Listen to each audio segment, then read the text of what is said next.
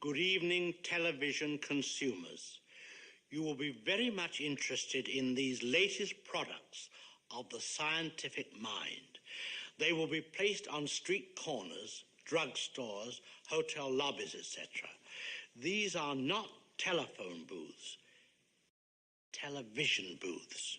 No matter where you are, you can slip into one of these and by depositing a dime can view 3 minutes of this wondrous art form. How often have you had to go to the corner drugstore on an errand and then never learned how a play ended? Now you need no longer be chained to your home set. In one city where the television booth was introduced, a gentleman ventured from his home for the first time since 1947. His wife reports that he walked out of the house with $50 worth of dimes and has not been seen since.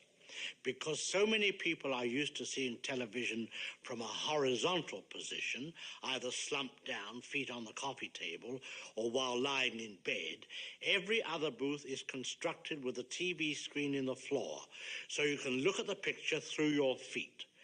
But we must begin our show. If you have paid a dime and one of your 3 minutes turns out to be this next one, you have my sympathy. But we shall keep the dime.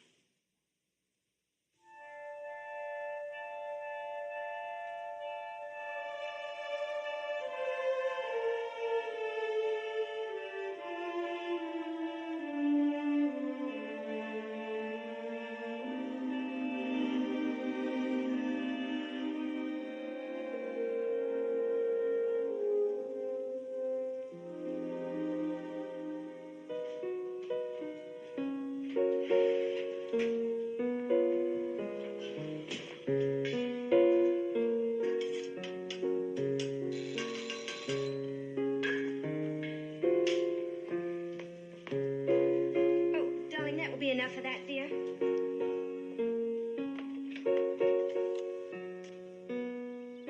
Good morning. It is Mrs. Mallory, isn't it? I'm afraid you don't know me. I'm the Reverend George Locke. I wonder if I might speak to your husband. Well, I'm expecting him back any moment. Won't you come in? Thank you. Dear, that will be enough now, please. We have a guest. Won't you sit down, Reverend? This isn't Anne, is it? No. This is our younger daughter, Barbara. Oh. Barbie, this is Reverend Locke. Pleased to meet you, Reverend. Delighted. Now, why don't you go upstairs and put your dress on, dear? Because Daddy's going to be home any minute. Hurry up. Yes, Mommy. No. How stupid of me. Anne would be almost 14 by now, wouldn't she? Is that why you're here, Reverend? Is it about Anne? As a matter of fact, it is. Is there some problem? No, it's purely a personal matter, which, if you don't mind, I should prefer to discuss with your husband. Yes, of course. You see, I was chaplain at the Seabrook State Prison in the Smokies many years ago, and I had occasion to know your adopted daughter's real father before that wretched man's unhappy death.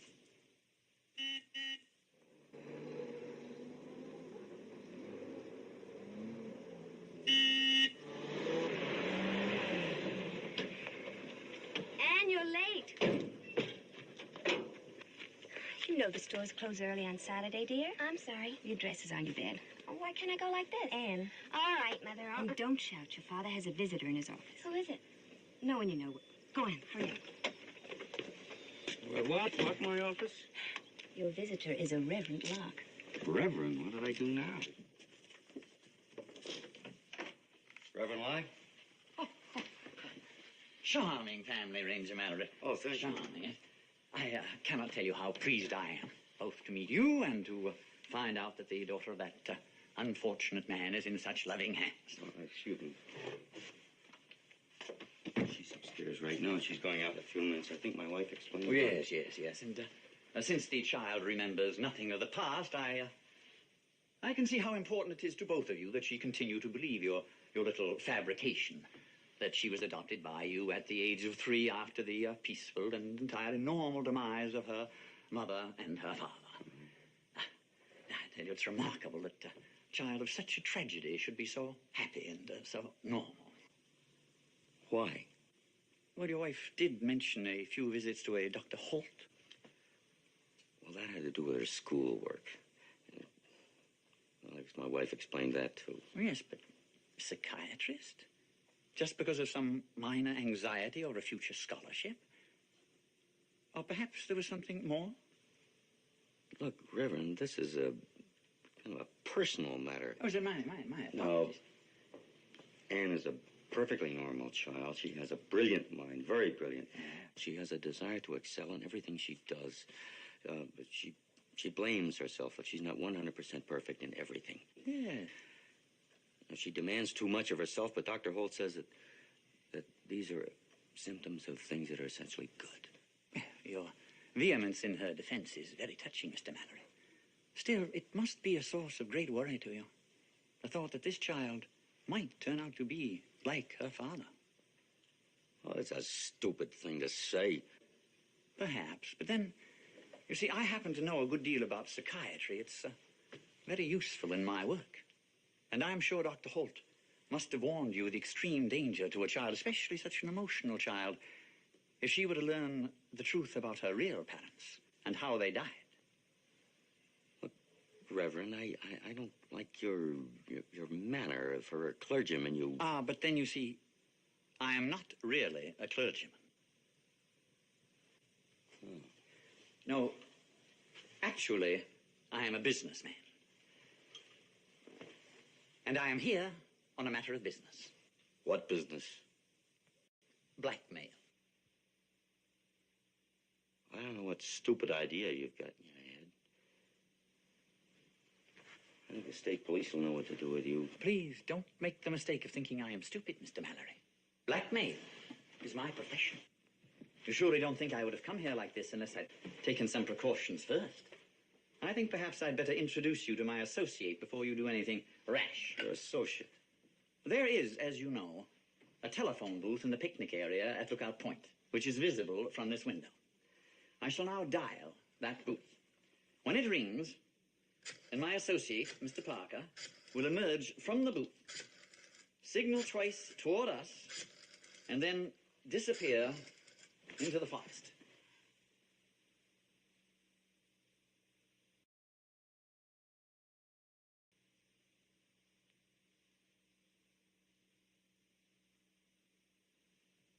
There, you see? You haven't the faintest idea what he looks like, or where to find him. And he has his instructions.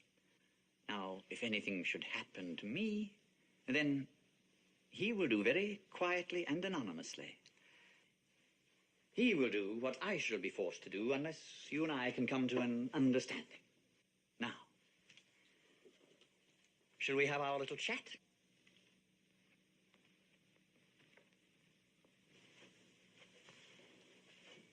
What do you want? $6,000 by Monday night.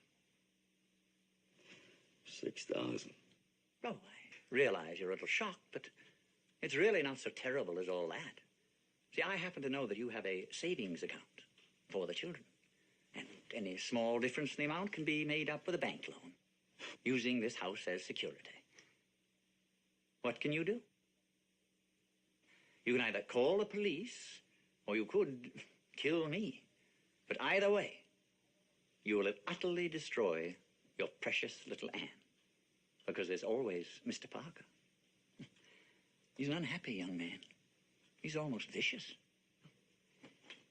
I'm afraid he might take a certain pleasure in telling the child that her real father bludgeoned her mother to death in a drunken rage and then hanged himself. I can hear him now. Little girl, Your father was a murderer and a suicide. Maybe there's some of him in you. All her life she'll wonder, am I insane like my real daddy was? Oh, shut up. Will I commit suicide like my real daddy? Shut up! Shut up! Daddy? Can I come in? Honey, what do you want? I'm sorry, Daddy. I thought that... No, I'm still here, my dear. But I very much wanted to meet you. Now, this is Anne, isn't it? Yes. Your father and I have been having a little chat about old times. I didn't mean to barge in, Daddy, but I'm looking for my tray of test tubes. You didn't see them around any. I haven't seen him in a minute. Anne, we're late. Come on, baby. Your mother's waiting. Hurry. Next time, when you're not in such a hurry, perhaps we can have a little talk about, about science. I hear you're a very brilliant student. Goodbye, Daddy. Goodbye, baby. Goodbye, Reverend. Goodbye, my dear.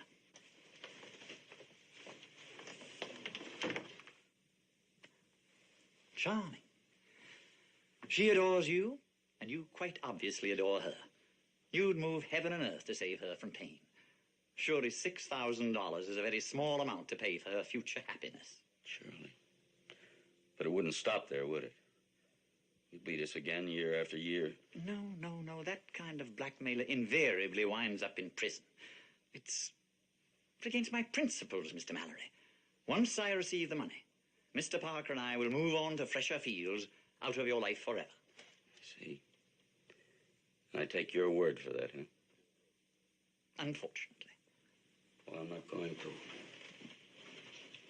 I'm not going to take your word for anything, and I'm going to see she's protected from you and your associate forever. Don't be naive, Mr. Mallory. What about her school friends, her playmates, her neighbors? You know, it doesn't take very much. Just one or two anonymous telephone calls or letters. You know what gossips these small-town people are. How long do you think it'd be before the poor child knew the whole morbid story? Now, Monday night, 8 o'clock. You will walk slowly from this house to the picnic ground. You will wait there by the telephone booth. When it rings, a voice will tell you exactly where in the forest to meet me. Now, you'll have the money in $10 and $20 bills wrapped in brown paper. Now, no marked bills, and no futile efforts to contact the police. I worked this out very carefully, Mr. Mallory. And if you deviate from my instructions in any way, I shall know it immediately. I won't be there. You'll be there. With the money. Good day, Mr. Mallory.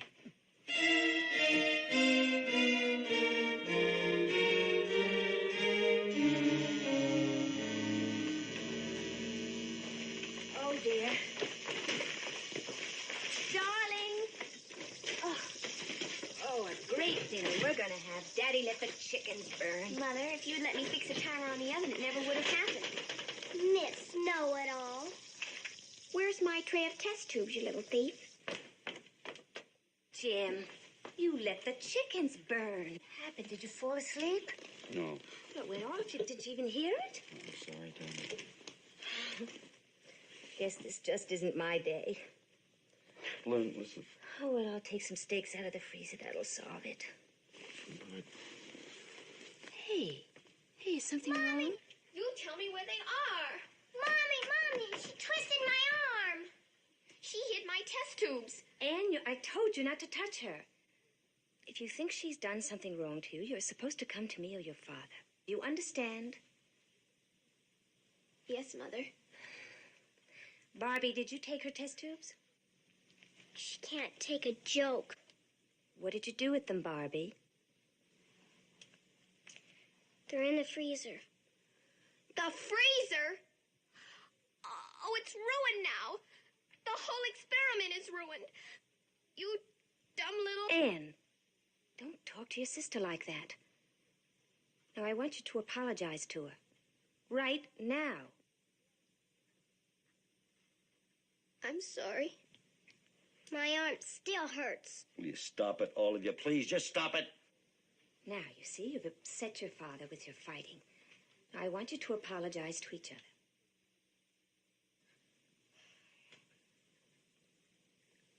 I'm sorry, Barbie.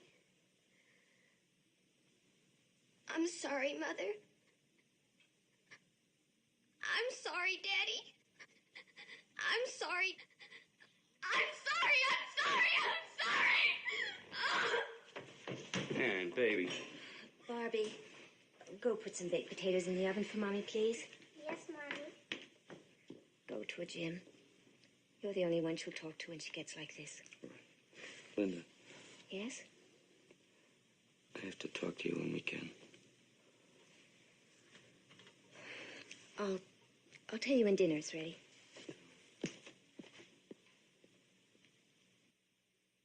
Hydrogen plus water react to yield sodium hydroxide plus hydrogen gas.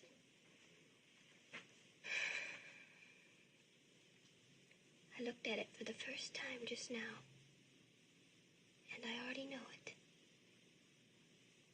Just like that. Aren't you proud of me? I know all that, and I don't know anything. I don't know how to be good, or kind, or how to make people happy. I don't want to hurt Barbie ever. I love her and Mother, but something inside of me just, I don't know. And I made you angry too, Daddy. Yes. Yes. This afternoon when you were talking to the Reverend. I didn't mean to, but I did. It just seems that nothing I do or I don't know. It's just not simple like this.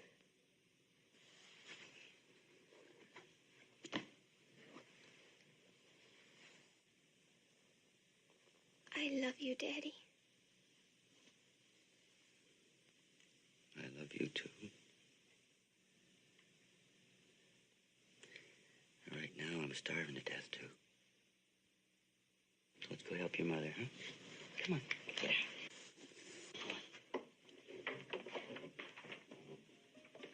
$6,000. That's the most ridiculous thing I ever heard. Do you mean he actually sat there and said this to you? What did you do? I didn't do anything. It's the horrible part of it. It all seems so weird. He just sat there, calm and smiling. Jim, you don't really think he'd tell Anne, do you? I think he would. I'm sure of it. Did you call the police? How could I after what he threatened to do to Anne? But Jim, we have to. We can't cope with this ourselves. I've been hammering at this thing in my mind for hours. Of course, I want to go to the police, but we can't. They can help us. They can tell us what to do. Jim, they handle hundreds of these blackmail cases every year. Not like this one. Jim, I know how you feel about Anne. What They might have happen? never handled anybody like Locke. He's thought of everything. They can at least advise us. It can't do any harm, can it? Once we tell anybody about Anne, who knows where it'll end. Police gossip, a tip to the newspapers. But we wouldn't have to tell them about Anne's father. We could just say that, well, some stranger named Locke is blackmailing us and leave it at that. Lynn, you can't just... I don't know, maybe you're right. Maybe that's all we can do. But not right now. Tomorrow in the morning, maybe. But Jim, he said Monday night. We don't have that much time. I know that. I've got to think. Look, Jim, don't take it out on me. I'm sorry. You're right about the police. I don't want to be right or wrong, Jim. I just want us to find some way out of this nightmare.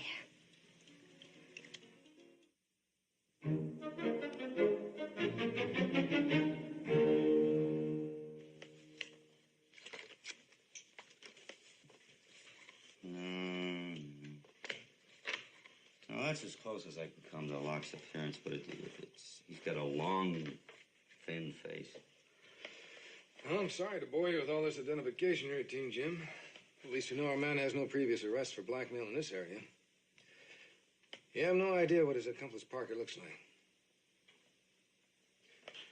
You know, there's a chance if we pick Locke up that Parker will give it up as a bad job and hightail it out of the state. Chance, Hank? I can't take any chances.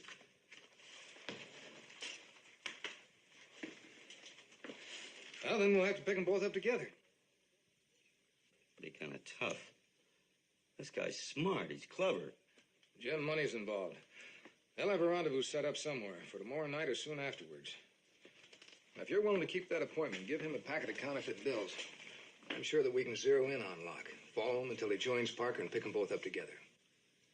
Well, sure, I'm willing to do anything, but... Well, what if he suspects he's being followed? We're not exactly amateurs at this job. Oh, I know that, Hank, but have you ever tried to track anybody in a forest? We have quite an effective field communication system, similar to your walkie-talkie, but less conspicuous. Our men will move into your forest area early in the afternoon as if they're one of your fire crews. They'll fade off into the brush one at a time and wait for night. When one of them spots Locke, they'll radio the others. Each one will pick him up in turn, by radio without moving until he leaves the forest. Then we'll put a normal tail on him. It's awful complicated. It'd be so easy for something to go wrong. Now, look, Jim, we've taken your story in faith. You won't even tell us why you're being blackmailed, and we've accepted that up until now. Now, the least you can do in return is let us handle our job our way. But how can you be sure? We can't be sure about anything. We'll do our best, that's all I can promise.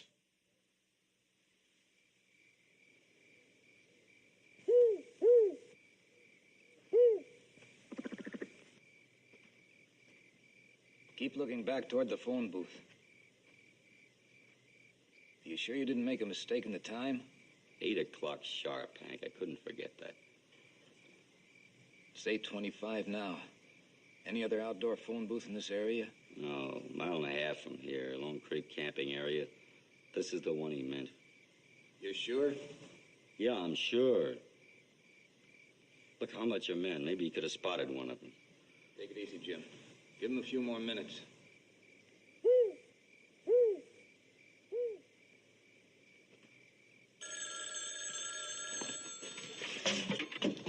Hello. Mallory, you're a fool. Get rid of your state police friend. Go home, wait there. You'll hear from me. This is your last chance, Mr. Mallory. Wait a minute, Locke.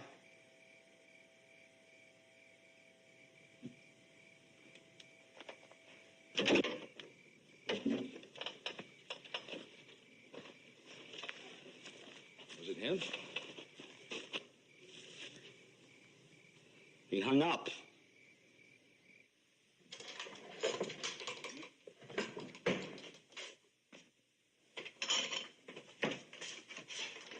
Jim, how did it go? Mommy, I want you. He didn't show. He saw right through the police trap. Mommy. Oh, Barbie has an earache. I'll be right down, dear. Where's Ann? She's reading to Barbie.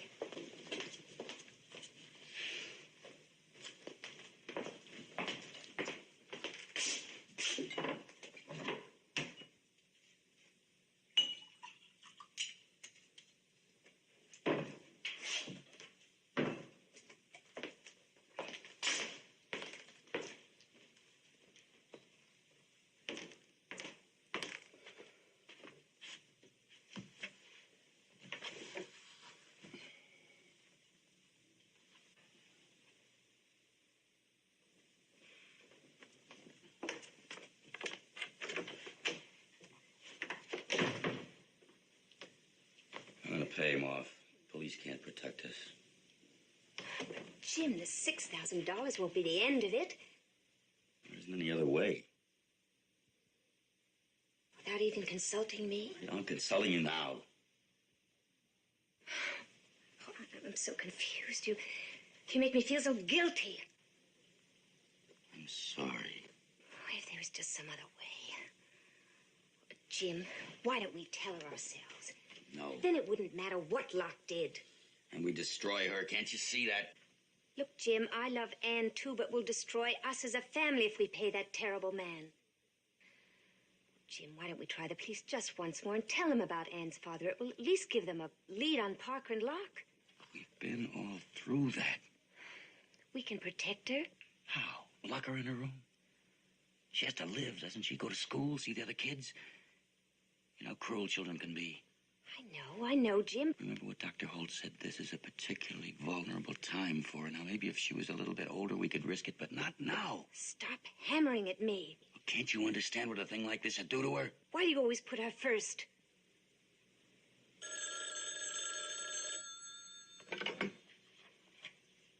Hello. Mallory, did you enjoy your little wait? You're very silent tonight. Is that because you finally learned the state police can't help you? All right. Tell me where and when to meet you with the money.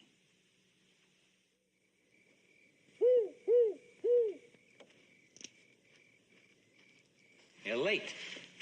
Where's the package? The bank won't let me have the money until tomorrow.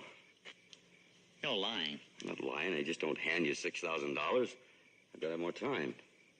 I want the money now. I'll have it for you in the morning. I promise you now. It's the best I can do. Every extra second means more danger for me. I ought to tell that stupid, gawky little brat of yours just out of spite. You... No. One more chance. I'll phone instructions. So, Mallory, we got an agreement. Tomorrow morning, then I'll be out of your life forever. You say one word to her, I'll kill you. Hear? I'll kill you.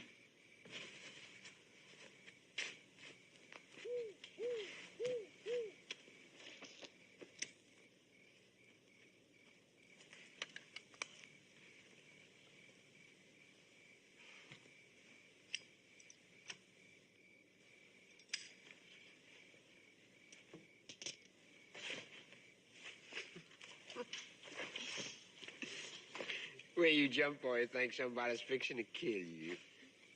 Oh, you're drinking again, you fool. I told you to stay at the motel. What if the police were to find out? You know something, boy? I don't give a soft yawn about no police. You're my man, and I ain't about to let you skip out of me now. Where is it? Can't get the money out of the bank till tomorrow morning. Boy, you ain't a very good liar. Now, where you hiding it? I'm not hiding it. All right, just for that. Old Odie is liable to keep all the money. I mean, after all, I'm the one who sticked you onto Mallory and that little Anna girl. You fool. I tell you, he didn't bring the money. You know something, boy? I'm getting mighty tired of you calling me that.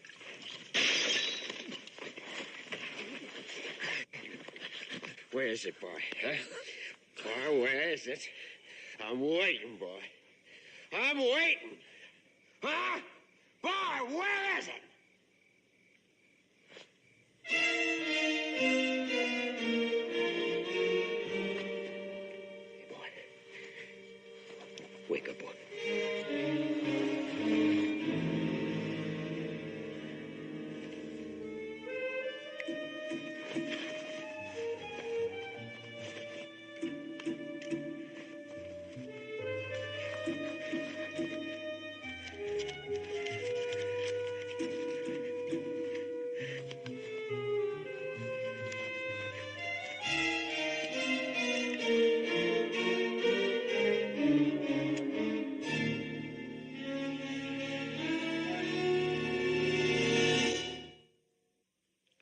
Our story will continue in a few moments. Just now, we must observe the quasi-folk ritual of the station break. Actually, the station break was designed for a very useful purpose. It keeps the two halves of a show from bumping into one another. I hate to break this to you, but the opinions expressed during the past 2 minutes do not represent those of our sponsor. Our story will continue in a few moments. However, following that, we shall have the second half of Night of the Owl.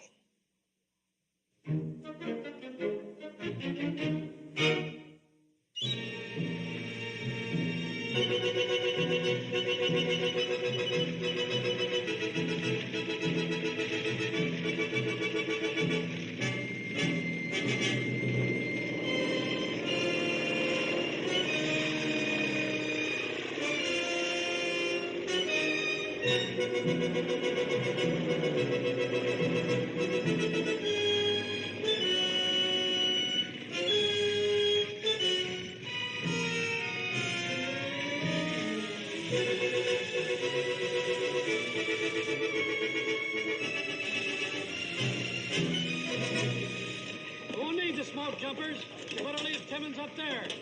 Bomb that crown fire south of the tower. Here comes Jim now. I'll get back to you. Over. Sam, Gotta raise your down below, you old smoke eater. backfire's got it licked up north. How's it here? Well, we got a line hacked out southwest of the cliff. She ought to hold her. Air control's got the whole first slope. The wind shifts, we're in trouble. How long we wet down the south break, huh? I'm going back in with these fellows as soon as they get their breath. I'll be right with you.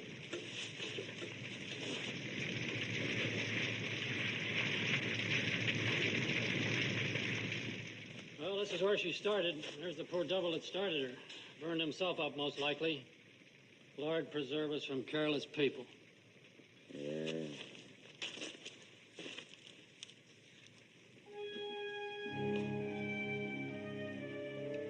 What's the matter, Jim? You know him? Yeah. Yeah, I know him.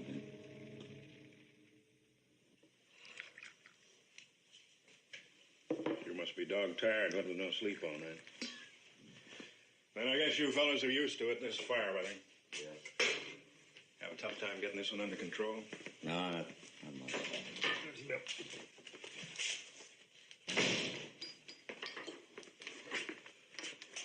Better read it first. Mind if we ask you a few more questions? Mallory was nice enough to come down here and give us a complete statement right away. I don't think we should keep him from his bed any That's longer. all right. I just talked to the coroner, Captain. You were right in assuming it was murder, Jim. Locke was strangled. The concussions, evidence of a struggle, all point to an act born of great anger. Must have been quite a shock to you, and a relief when you saw that body. What makes you think that Parker killed Locke? Who else? Too bad we don't know more about him. I told you all I could. Eh? Not much to go on, is it? You say that you saw him on Saturday. You say the Locke talked about him. Seems to be about all we know about the man. So far, he's just a name, sort of will-o'-the-wisp. It might help if you told us now why you're being blackmailed. Hank, I told you I can't. I'm sorry. Jim, a man's been murdered. You're withholding relevant information. I think we've had enough for one night, Lieutenant. Now, look, let's just get it over with now, huh? This 8 o'clock meeting you had, how long were you with Locke? A couple of minutes, that's all, no more. Where'd you go after leaving him? Straight home? Nah, I was upset. I wanted to think. Where'd you go? Set up on the hill in back of the house. Right after that, I went inside and the phone rang about the fire. What time was that? Well, you know what time that was. It was around 9. What were you so upset about? Look, what do you want me to say? I was upset because I killed Locke, huh? Did you kill him? Yes, in my mind. 100 times I wanted to. But I didn't. Are you trying to tell me this is what disturbs you? The thought that you might have been a murderer?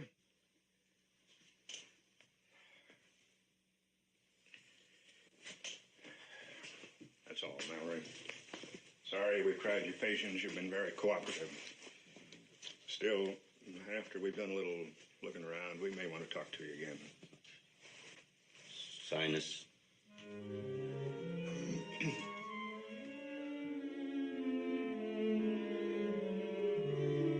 No. I don't. Annie! Annie! Oh. Daddy, you all right? You had a nightmare. Why aren't you in school? I'm home already. You slept all day. Want me to rub your forehead with the witch hazel? No. You take care of me when I have a bad dream. Now I can take care of you. I'm fine now. You're worried. It has something to do with me, hasn't it? It doesn't have anything to do with you. Anne, did you wake your father up? I was awake already. Darling, why don't you go finish your homework? I finished. Hello? Yes, but Daddy wants some privacy. Go on, dear. Oh, sorry.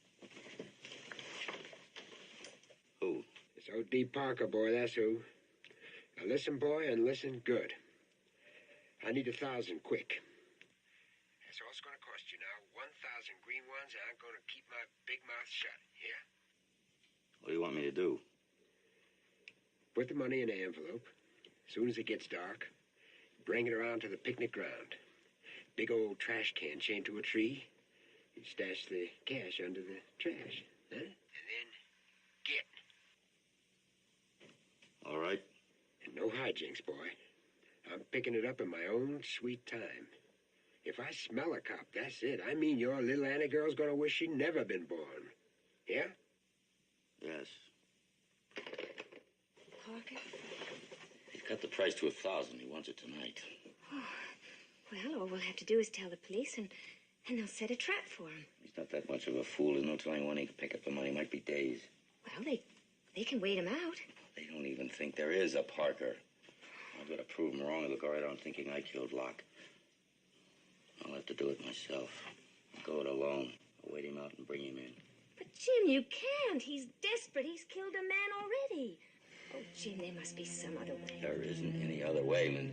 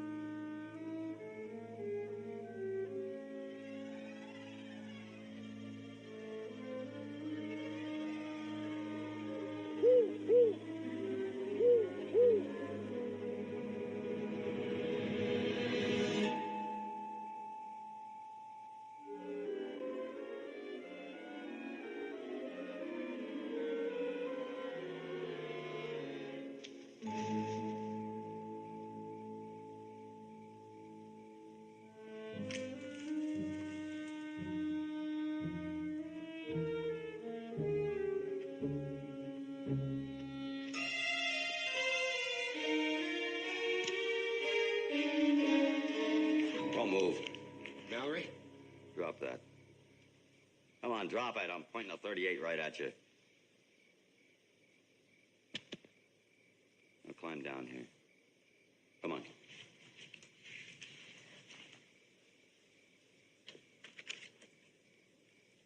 Hey, what you gonna do if I don't come down, huh?